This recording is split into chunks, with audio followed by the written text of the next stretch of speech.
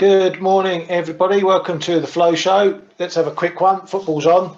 Dollar went up, dollar went down. Some central banker said this, some central banker said that. See you all tomorrow. Morning, Kay. Morning, Stel. Morning, guys.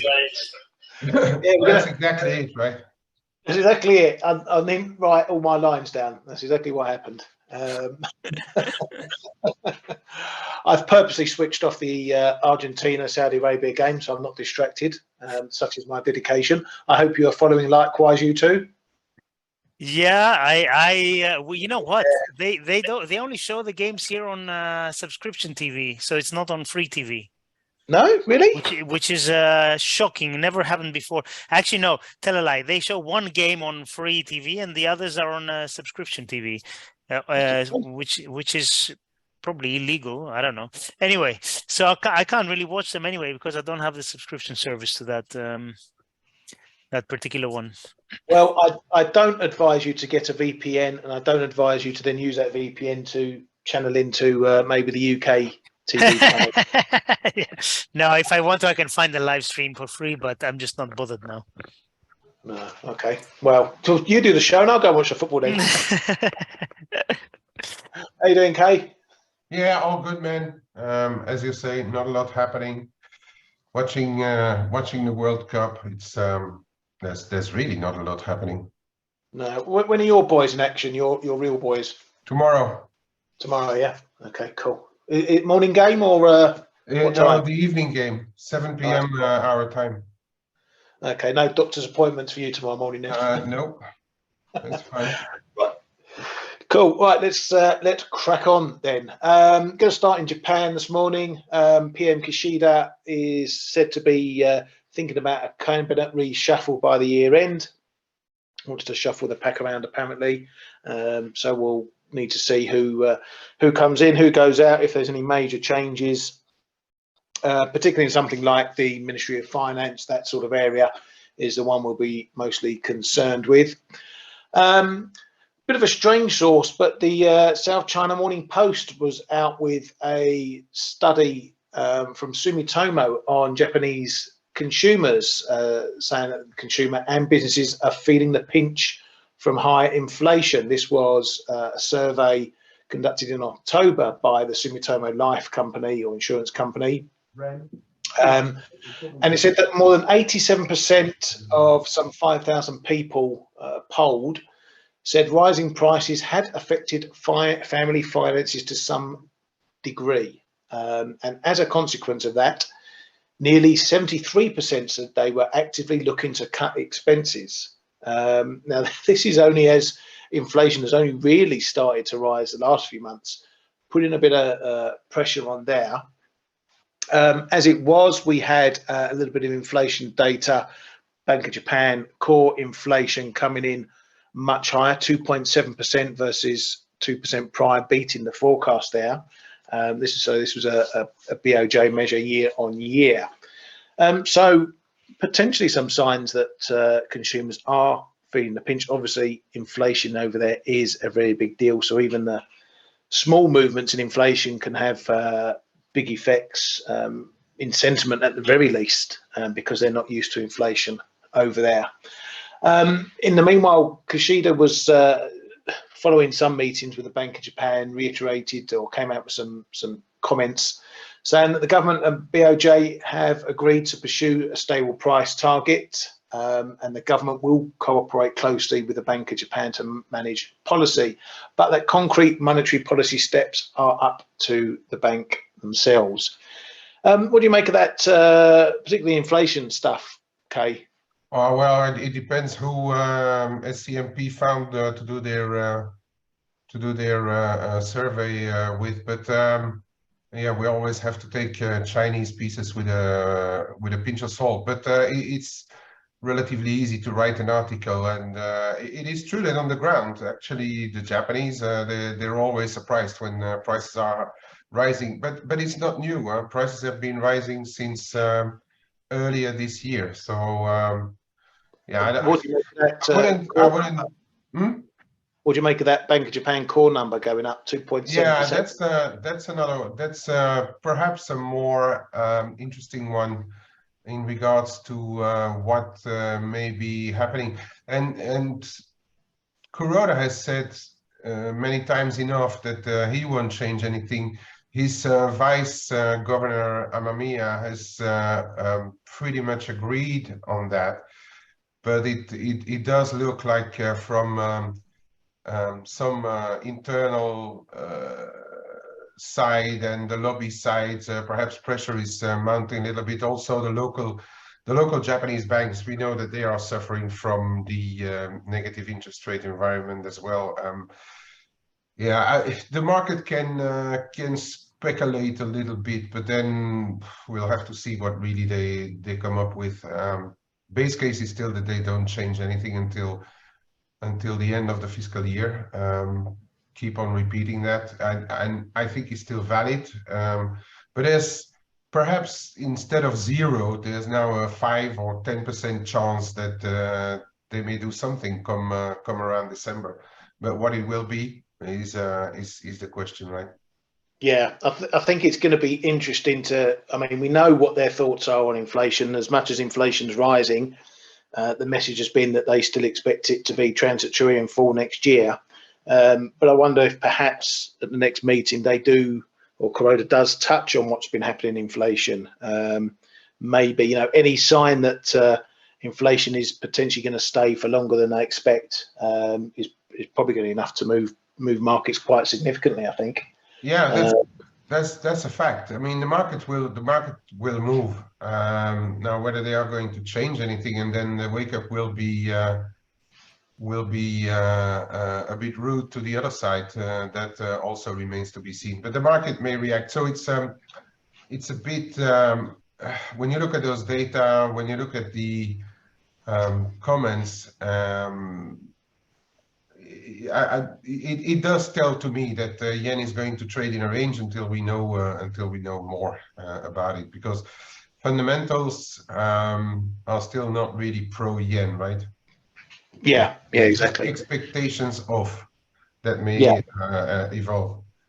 And it's important to note, particularly with the Bank of Japan and trading around it and trading the yen, that it can really only take a really small difference in language, not something like a Fed member coming out and saying he's switching from 75 to 50 pip hikes, that sort of thing. Any minor change in the sentiment towards anything like inflation or monetary policy, even if it means that nothing is going to change for the next 5 years, but that something may change, is a big deal and will be a big deal for the yen.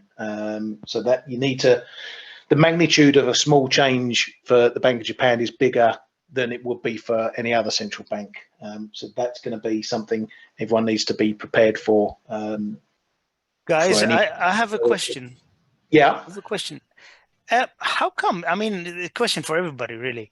How come inflation in Japan is so far behind all the other major economies? I mean, aren't we seeing similar, 7, 8, 9, 10% inflation there? Are they self-sufficient? They provide everything themselves, energy-wise, everything-wise? I mean, any ideas? Not. Absolutely not. But the government is putting in place so many stimulus packages that the companies are somewhere sponsored not to pass all the price hikes, or B, it's also very counter. How shall I say? It's not in their mentality. Because they've come out of 20, 30 years of deflation. We always talk about the lost decades, and there's just in their mentality, it's dishonorable to have dishonorable. It's ingrained, isn't it? It's ingrained in the mentality. It's ingrained. So basically, they are subsidizing everything now, the extra cost. But that means that their currency has been weakening. So basically, they're going to see inflation one way or the other, right? I mean, they're seeing inflation through the weaker currency, because even if we say that like a 10% move is only 1 or 0.5% move in inflation, their currency weakened about 50% over the past year and a half. Yes. So that does make a big difference. That you're talking about several percentage points in inflation, but I think that's how it's expressed over there. I mean, keep it low on the ground, but then the external factors make that the yen is weakening. And fundamentally, for now, I don't see too much of a change because the government is still putting in place stimulus packages, and the Bank of Japan is still sponsoring it. I mean, how much more MMT could you do than what Japan is really doing without giving the baby a name, right? Yeah. It's a good question. And, you know, we talk about central banks, you know, in the West, they talk a lot about inflation expectations, keeping inflation expectations anchored, because the consumer thinking that prices are going to fall in the future or rise in the future affects spending, affects their actions. But when you've got somewhere like Japan, where inflation expectations are basically nothing, they don't have to deal with that side of the coin. So it's a bit of a plus for the central bank in that they don't have to deal with inflation expectations, which can potentially affect policy.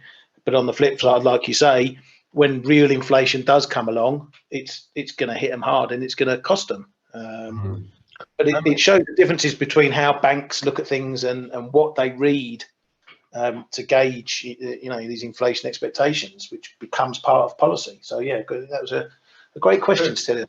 You've earned your money. I have my moments, right?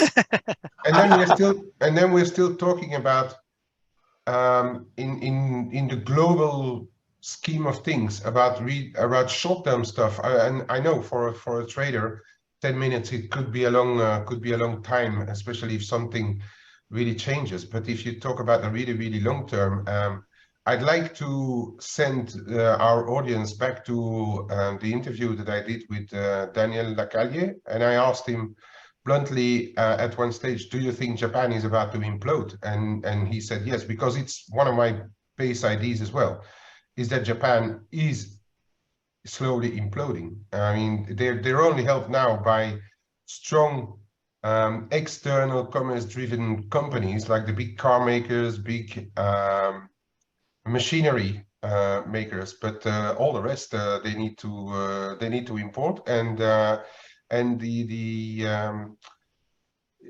how shall I say, the population is aging at a rate faster than anywhere else. So you can't get a better economy driven from the inside. So all of what we are seeing now, sorry? Demographics are demographics really are, bad. are Yeah, really absolutely bad. working against them, even though other countries are also in the same boat now. But it's a slower process. In Japan, it's now a real accelerated process. They're expecting their population to go down by several percentage points over the next year. So to me, my really long-term view on Japan is that yeah, I don't see what's going to really save Japan, although they are pretty imaginative. But I don't see, if you ask me today, where's the next 50% of dollar yen coming from? I'd say it's on the top side.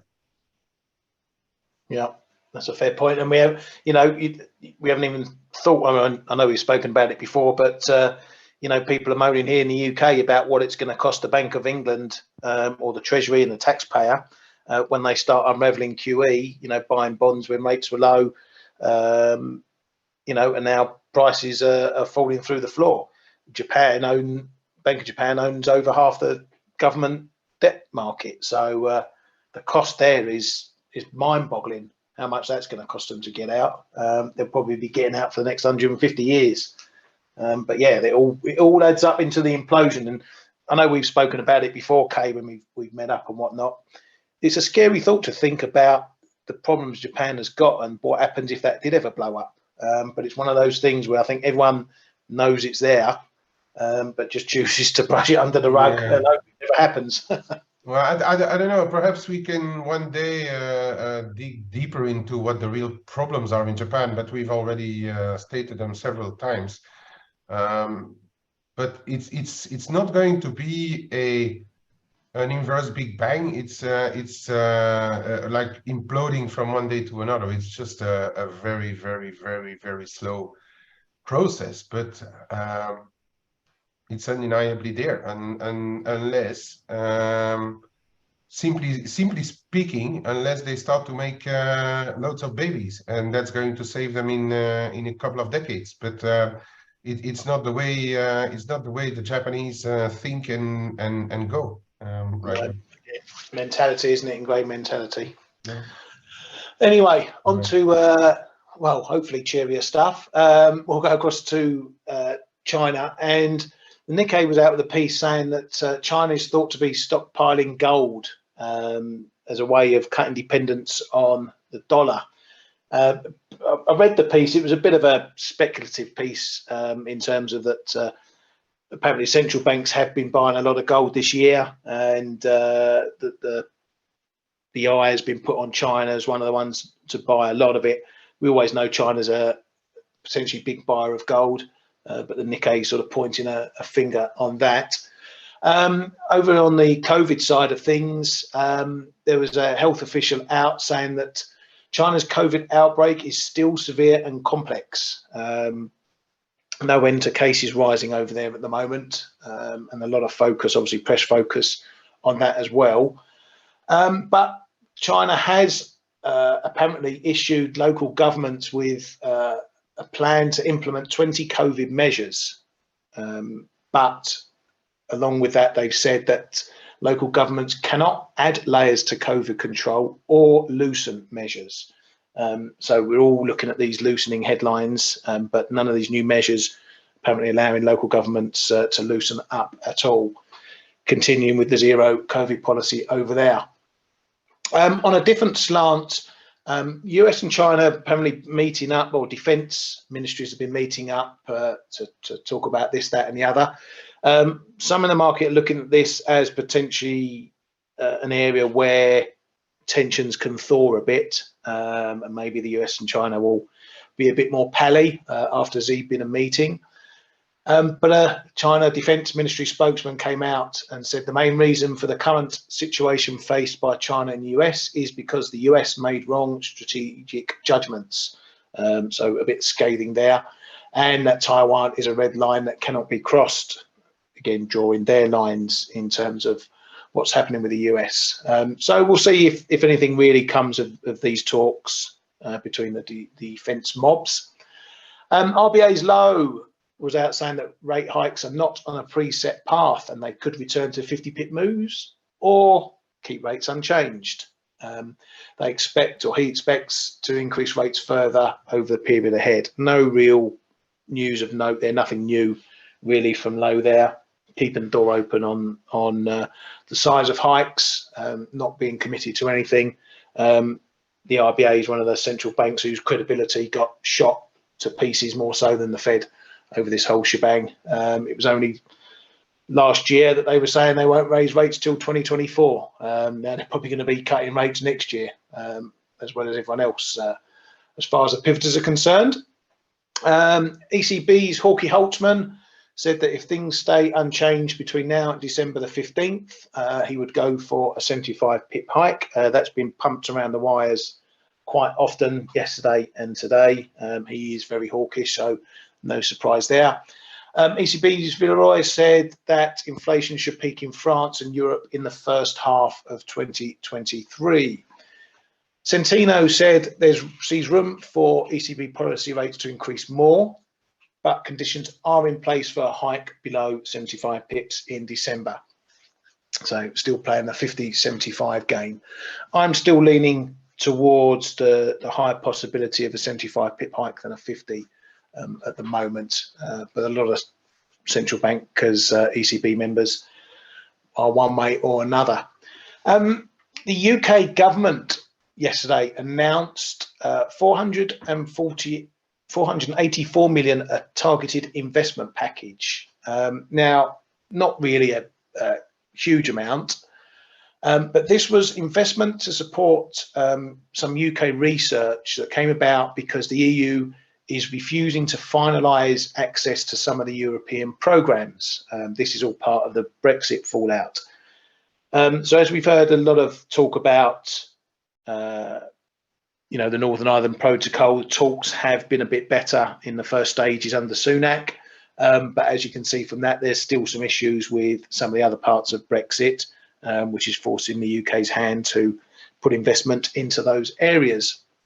We've still got this talk came from the weekend. There was a story that apparently Sunak or Hunt were looking at maybe some sort of Swiss-style agreement with the EU to have closer ties. That got swiftly denied. Then this morning there was a headline out saying that Hunt is looking at some form of closer cooperation with Europe. I believe that also got denied thereafter. It's getting to the point again, a bit like China and the relaxing of COVID. It's coming to the no smoke without fire point at the moment. So it may be that the UK does look to shift perhaps closer to Europe in its agreements and what it wants to get out of things. That's going to create a whole new political bum fight here in the UK, and we'll have the Brexiteers fighting the Remainers again, and all sorts of trouble will no doubt come from that. Another story to put in the pipe and just to keep an eye on. While in Europe, Italy is planning to... Ryan? Yeah, go on, mate. Can I just say a quick... is just something that I noticed is that since Hunt and Sunak's budget, sterling is doing pretty okay. It doesn't seem that investors are extremely worried about their budget right now. Okay, we have seen one company, Shell, saying that they may reconsider each project one by one about their 25 billion investment in the UK energy sector because of the windfall tax. But if you look at sterling, I mean, it's not really, despite whatever opinion pieces there are and how bad it could be, and OBR not being that, not being really supportive, OECD coming out saying that in the UK it's going to be worse than anywhere else. If you look at the sterling short-term reaction, the first week after, it's not really behaving too badly, is it? Guys, I agree. I think what sterling is telling us with this reaction is that things are better than the Liz Truss quasi-quarting situation. That's what it's telling us. It's not that, oh, things are going to be all nice and dandy, yeah. But I think that was the big sigh of relief that the markets correct had. Yeah. So that's what we saw during the whole process still. But then now we are after the announcements and stuff, and then we have seen that they are pushing stuff a little bit down the road, which could be interpreted as still being a little bit of a negative. But all things considered, and I know it's still short term and stuff could be dragged out on the longer run, but sterling is not really, if the market and if the investors and the money managers wouldn't have had confidence, or let's say need to reassess what it means, and they assess that it could be bad, sterling would be trading around 115, not 110 or 103 or 105, but perhaps trading around 115. Euro sterling would be trading probably a bit higher. All those kind of things. I'm just taking stock of what's happening. It does seem to me that investors are pretty okay with what they announced right now, right? Yeah. I mean, I think the whole thing was overblown the first time with the quirting stuff, massively overblown. But markets are going to do what markets are going to do. And then we had the pension issues and everything like that. If you want to take a simple approach, look at where cable was before all that imploded, and look at where we are now. If you take that whole period out, we're probably around about, I don't know if you call it fair value or something like that. But yeah, I mean, we discussed the quirting stuff, and we discussed the Sunak Hunt stuff. And in my mind, the Sunak Hunt stuff is more growth negative than the quirting trust stuff. But that's my opinion, and markets are going to make their own decisions. Like you say, the big companies and investors are going to make their own decisions themselves. I think the Shell thing is a bit of chest beating. When I read the article, it said, yes, we plan for a certain fiscal outcome, and if that fiscal outcome changes, we then have to rerun the sums. It wasn't a flat, okay, we're going to stop investing because of this windfall tax, but they've been lobbying against the windfall tax from the get-go anyway, as you'd imagine, being an energy company. So yeah, in my opinion, that was a bit of chest beating. But as I was going to say, Italy are also joining the UK. They're going to raise their windfall tax on energy companies from 25% to 35%, same numbers as the UK as well. So I wonder if we'll get Shell Italy popping up, saying they're going to have to look at investments over there in Europe. And this is all coming as, governments keep the fiscal purse strings loose, because Spain wants to approve mortgage support for more than 1 million households. So even though we've got inflation, even though we've got central banks hiking, and as Kay's fond of pointing out, we've still got governments doing fiscal measures and fiscal easing, if you like, which is really counterintuitive to an environment of high inflation, lower growth, and central banks raising rates. But they're all at it. They're all at it. So how does that now come into that conversation just on the UK? Now we know that Italy are doing similar and Spain are loosening, Kay. Sorry, mate, I was just tangled up in something else. What was that about Italy and Spain? Well, Italy are going to raise their energy company windfall tax to the same level as I mean, yeah, exactly. I mean, everybody's got to be on the same line, right? So, yeah. Yeah. So how do you one fish up, one down, 1-1 ball in the middle, play starts again. Exactly.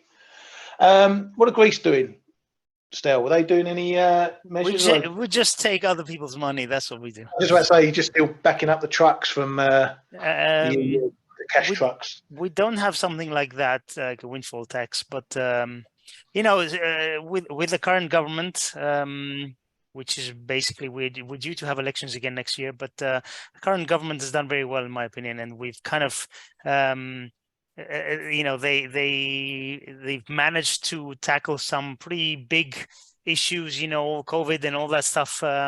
But at the moment, we seem to be doing okay. This is temporary. I want to stress that this country is never going to be doing okay in the long run. So in the short run, we're fine. In the medium term, anytime Greek government bonds rally a lot, if you have a way to sell them, that's what I'll be doing. But unfortunately, as a retail investor, I can't short them.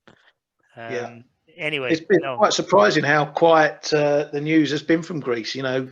Yeah. 10 years ago, this government 3 years ago, or 3.5 years ago, they came in and they've done a very good job in bringing stability, which is really important in this country. So for now, we're okay. Good. Don't worry, we're gonna be in front page news again soon. No doubt. Right, let's go over to the clowns. The Fed over in the US. Daily saying that the real world impact of rate hikes is likely higher than what the current rate target implies. And then she came up with another comment saying that financial markets priced Fed's funds rate at 6% and not the 3.75 to 4% that was pumped forward by the Fed. That's probably a bit true that some areas at least took hike expectations to the max. If you think of mortgage rates shooting up to 6.5–7% levels, well above where Fed's funds rates are, and even the ceiling where rates are going to get to. So she said we have to be mindful of the risks of tightening policy too much, but then in the next comment said that there's more work to do when it comes to hikes, and that rates could peak in the 4.75 to 5.25% range. Again, that 5.25 is higher than the current Fed dot ceiling. So daily could be another dot that shifts up a bit higher than it's sitting now. I'll repeat, that's going to be the important factor again at the next FOMC. Mester said it makes sense to slow down a bit the pace of hikes, and that they can slow down from 75 pips at the December meeting. Now, on a different slant, US rail unions have been striking and having problems regarding pay and conditions and that sort of thing. And there have been some contracts and stuff put forward, but apparently that workers at two of the largest rail unions are divided in ratifying these contracts. So it's not solid that they're going to get solved and signed and sorted and the end of problems there. If that doesn't come to fruition, then the US potentially faces more strikes from rail unions, obviously affecting a huge chunk of what happens in America, manufacturing, consumers, you name it. So problems potentially to reignite there. I don't often look at these, but a couple of the rating agencies had pieces out on the US.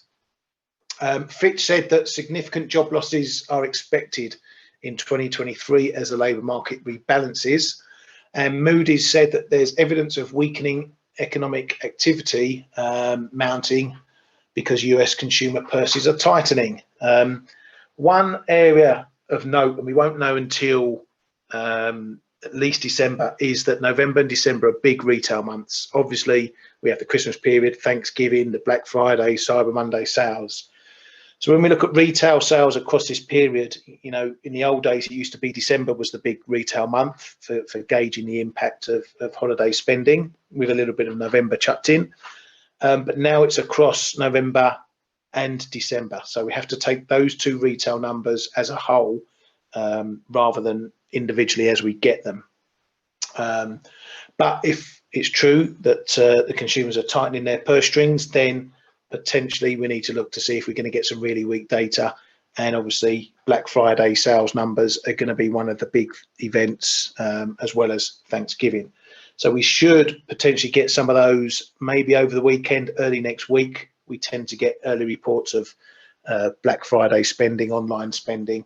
We'll need to see if there's any problems coming in from that. Fun and games in the oil market yesterday. WSJ dropped a story saying that Saudis and other OPEC members could consider production increases of up to 500,000 barrels per day. That was the little spill there you can see in oil, which not long after got denied by Saudi Arabia, and we went all the way back up again. So a lot of messing around going on in oil markets at the moment. That's obviously going to spill over into commodity pairs, particularly oil pairs like CAD and the MEX. And we're nearly finished with the headlines. I didn't realise I wrote so many today. Russia said or it reiterated it will not be selling oil to price cap nations. And this is on the back of the EU creeping towards getting their price cap policy in place. Deputy PM Novak said Russia could also cut oil production in the event of an oil price cap, which obviously would potentially force prices higher. And in cryptos, crypto firm Genesis tried to raise some funds over the weekend, and that failed to happen. And now apparently they are warning of bankruptcy without new funding. Further fallout from the FTX stuff, going to keep cryptos on the back foot. That's it from the headlines. You guys got anything you want to add before we crack into the prices? No. No, you've done a sterling job once again. Thank you very much. Thank you very much. And I mean, sterling, not like the pound at the moment, the proper sterling. Sterling silver. Sterling silver. Abigail says, could you send the YouTube link, please? That'll come out. Is that the live link you want, Abigail, or you want the after when it's recorded and put on the YouTube channel? Just let me know in the comments there. Brand, so did the US fill the reserves? I don't quite think we got down to Biden's bid. I might hashtag that. They're down probably sub 70, the old bid and bid. But we did nick a new low under the prior October, was that September low? So might be a little bit of a fake out. The fact that we bounced quickly back above it, I would suggest that that's still going to be a level to consider if we get a more normal move down there rather than a big headline-driven one. Genesis RA. Genesis is the crypto firm threatening bankruptcy. Stel, where do we get the live link for YouTube? Hold on. Live, let's see, videos. Is there live? Actually, I don't know. Good question, right? Yeah, I need to check. Yeah, I don't know where that pops up. Does it just pop up on the YouTube channel when you go live? I'm only on Zoom, so that's all I know. Should do, but I don't see it. Has Steve come in and started streaming? Do you know? Did you see it? Usually we can see that. I think I saw Steve's mug there when I joined in. Anyway, there we go. We'll look into that for you. Yeah. It's not, okay. It's not streaming live from Zoom. Okay. All right. I'm on Zoom. I assume a lot of the others are. Zoom is streaming. Usually it just streams live on YouTube, but I don't see it now. So maybe it wasn't activated today. I don't know. I'm not the one who does that. Yeah. All right. We'll check that out, Abigail. Anyway, Alan's saying that Bitcoin is holding key support. Let's have a look at that. What I do know is it's remaining under that old support, which is now looking like firm resistance. So it seems to me that the path of least resistance is still down, in my opinion. Not that I'm trading it at all, but yeah, got a bit of a level, and then it starts getting a bit noisy, going back to 2020 for your levels. But yeah, I think the significant thing for me in the cryptos is, particularly Bitcoin, is it's staying below that break area. It's going to need to move above there to get out of this bearish position at the moment. But anyone who wants to throw a chart up, feel free to do so, or throw in some analysis. Yeah, not a lot going on in markets and some of the trades that I'm in. So I'll just go through those quickly, just what I'm in, what I'm looking at. Aussie dollar, as you know, long on there, held a bit of a minor support area, former support resistance area. It's coming, where should we go? Let's go an hourly. Just around the 65, 80, 90 area. So a bit of, just to say, really small minor level, but the fact it held there shows that that's enough for the sellers for the moment. Need to see it. I want to see it back above this 66, 65, 80 area to keep this rally intact. We couldn't get close to the 38.2 fib of the rally since October. Again, that could be significant because we're not really willing to push lower. My main key area down below is still the 65, 20, 40 area. That's the big one for me. If we test that and hold it, then we should get a move back up towards the highs, get back under, and we're in danger of coming right back in the box, maybe even down to the 63, 62s for that. Gold, a bit of a similar situation. Got into this zone here, which is fairly wide, because I wasn't too sure where it was really going to start showing up. 30s, 35s, 36s, that sort of area, but it got down to 33s, so that shows that at least the support is holding up for now. Got a bounce again, similar. I've got a bit of a zone above 55, 60 area. Needs to get above that, and start holding support. We should have another crack at the highs. If we can't and we move through this zone again, the next big zone is down at 1675, 85. I've not got a trade in this. I got hit on my trailer the other day, so I'm sitting, watching and waiting. If we get a move down to these low levels, that will pique my interest. I prefer to play it from the long side for now, but I am reflective of what's happening in the dollar and obviously that power risk, because that could be a big influence for gold, as it was on the shove up. The only other one I've got a trade in, or the other couple I've got a trade in at the moment, is dollar China. I was a bit encouraged yesterday. I thought we might be on our way through the zone because we broke that high from last Thursday. Not a lot, 100 odd pips or whatever. I thought that might be the kicker to get us up through this zone into the 720s. It hasn't happened. We're down, more likely now to test this 712, 710 area. If we get under there, then it's likely we may be having another look down towards the lows and that 7 handle.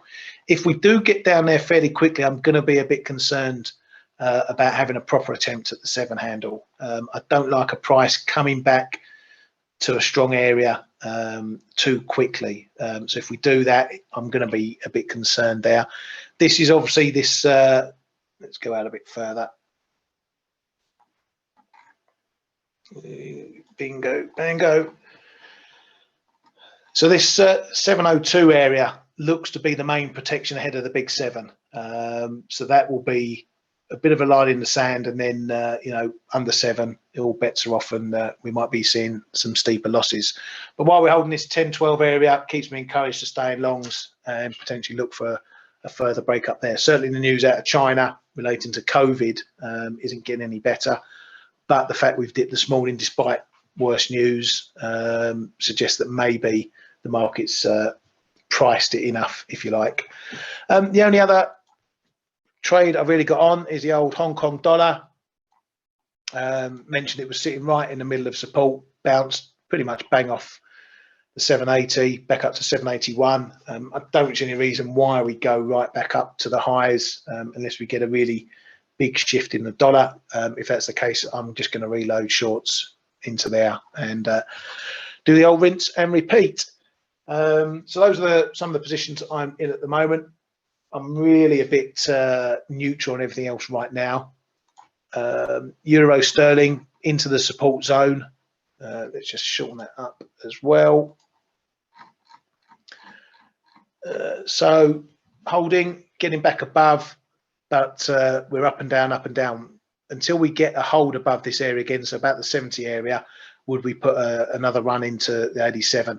We need to be back above this line, 87, 87, 15, 20. If that begins to hold some stronger resistance, that might be a key moment to at least try some shorts to play this zone in the first instance. Maybe look for a break. If it moves under, we're going to see the low 86s. Kay, do you want to have a little look around? Yeah, I really don't have much to add. Yeah, it's one of those moments, isn't it, where you know, yeah, I mean, people to death going the same old picture day after day. Yeah, but that's it, and some of the levels have been tested and held. So in a way, we may just look at those levels that have been holding. I just want to reply to Konstantin Samandev's question here. Do you think dollar yen will break down that 50 retracement level? You mean this one around 141.20, the one from 130 up to the highs, where we are turning around? Is that the one you're looking at, Konstantin? Or is it 50% of something? That one. Yeah, well, it hasn't really held anything. If you look at the 4-hour chart, it didn't really hold anything significantly. We rather came back down to somewhere 140, 30, 40, which is a bit more important because of the price action telling me there and there and there, and we held it there as well. This is where we started the week from and started to rally. So to me, the more important zone is going to be the 140, call it 25-40 zone or so, rather than this short-term zone. I really have no clue. It's going to move with the dollar rates, really. Right here and now, I haven't got anything in it, and I'm just waiting. The more interesting one is that I showed yesterday is this this channel we've been in on the more medium term coming from March, and we had a retest of the top end yesterday. I even tried at one stage to you know, is this breaking above 142 and are we going to push through? But that didn't work, so I stepped out of it. And it's holding, so that's going to be on the top side a very interesting one in my opinion. And on the downside, as I said, keep an eye on that 140 30-40 zone. If you also look at this is now moving up a little bit today. but the 140.5 is the bottom end of the Ichimoku cloud on the daily cloud. So keep an eye on that zone, 140 quarter or half, rather than right here, I'd say. That's my opinion. Yeah, the rest is very rangy. One interesting one though is that yesterday I spoke about this 20.5, 50-65 zone in silver, and that's been holding pretty well. And now we're seeing a rebound today already, more than $0.50 higher. So watch again, I'd say this 21.25 to 21.5 zone on silver. If we're making any headway or not through this zone, it's also a prior high, a prior low. It's all happening in this zone, short term that is. If we cap here again, I think we have our range, and then see what happens when we really break out of this range, 2050, 2140, 45 again. And I suspect the 200 DMA is still not far away. Yeah, it's a 2140. So again, we're in that range. What else? There's really not a lot else. Yeah, yesterday we respected that triangle in the cable. So the underside of it is now just above 118, around 118.10. Some people played of these supports. There's a bit of supports, as I was already mentioning. There's a few good supports just below 118. Call it down to 117.40. Top side right now 119.05. So keep that range in mind. 118, 119 for the time being. Quick look on this one. It's what a yo-yo this one is in this Euromex. Yesterday I was looking at, oh, is it going to break 1990? Well, no, it's held again, and we're already nearly back up to those resistance zones. We're already back at 2010. It's a real yo-yo. I'm going to let the market do its thing a little bit. I'm still planning to re-enter sooner or later, and but it's looking like it might be later rather than sooner in this. And for the rest, really, we are in ranges, right? We really are in ranges. We are the underside of this trend line in the euro around 102.20, trading back 102.80, probably a bit of resistance, 103.05.15 on the day. I don't see any, unless the Richmond Fed numbers can create some kind of wobble. I don't think the Fed speakers are going to tell us anything new. I wouldn't be surprised if we just continue to range trade for a while. And really for today, I really do not have much more to tell you. And giving it back to you, Mr. Ryan. Thank you very much, mate. Yeah, unfortunately, you know, we'd like to come on the show every day. Football is on. Yeah, and have have a trade every day to speak about. But sometimes markets are going to market, and you just got to have your work on your patience, pick your levels, and sometimes it's a case of sitting back and waiting for them. So with that in mind, we have 4 games of football today, so that's going to be most of the focus anyway. But we do have a few bits and pieces coming out. We've got Canadian retail sales at 1:30 GMT. There for September, so well lagging as they often are. Eurozone consumer confidence flash. I give you a hot tip. It's going to be a minus number, so you can take that to the bank. I've only ever seen that that data point positive, I think 3 times in its entire history. So we're expecting -26 from -27.6 prior. So things not looking just or quite as shitty as they were last month. But anyway, not a big data point, but you never know, we might get a surprise. So on that note, thank you very much as always for coming to the Flow Show. Thanks to Kay, thanks to Stel. Enjoy your day. Try and squeeze some pips out of it. 2-1 to Saudi Arabia. See, been missing it. Have a great day, everyone. And we'll see you. Have a great one, yeah. Hey traders, this is Blake Morrow with ForexAnalytix. Thanks for stopping by our YouTube channel.